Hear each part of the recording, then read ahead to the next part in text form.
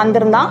So அதுலேயுமே அவனுக்கு வந்து அந்த ஷேப்ஸு நமக்குலாம் எக்ஸகன் அதெல்லாம் வந்து எப்போ தெரியும் அப்படின்றது நமக்கே தெரியும். ஒரு 6வது 7வதுல தான் சொல்லுவோம். ஆனால் அந்த ஸ்டேஜ்லேயே அந்த ஷேப்ஸை ஐடென்டிஃபை பண்ணுற அளவுக்கு மாண்டிசரியில் இருந்தது. அதுக்கப்புறம் நெக்ஸ்ட் இயர்லேருந்து ஸ்கூல் வர ஆரம்பிச்சிட்டான். இப்போ ஹீஸ் இன் லெவல் 1.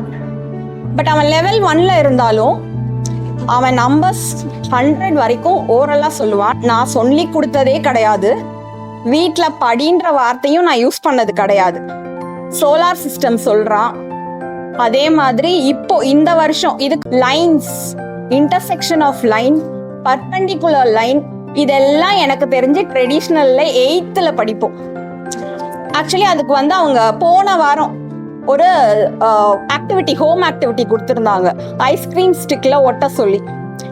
அப்போ பர்பெண்டிகுலர் லைன், அவன் அக்கா பக்கத்துல உட்காந்துருந்தா.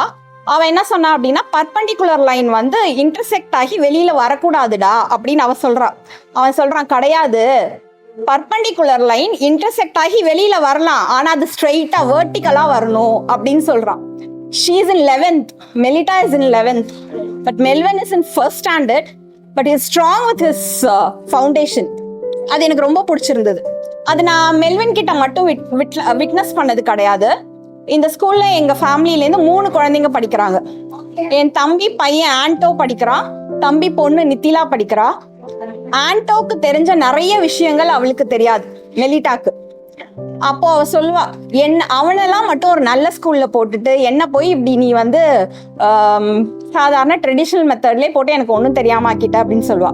ஏன் அப்படின்னா ஆண்டோ வந்து சொல்லுவான், ஸ்டார்ஸ்ல எத்தனை டைப்ஸ் இருக்கு, he's in level 4, but he knows that.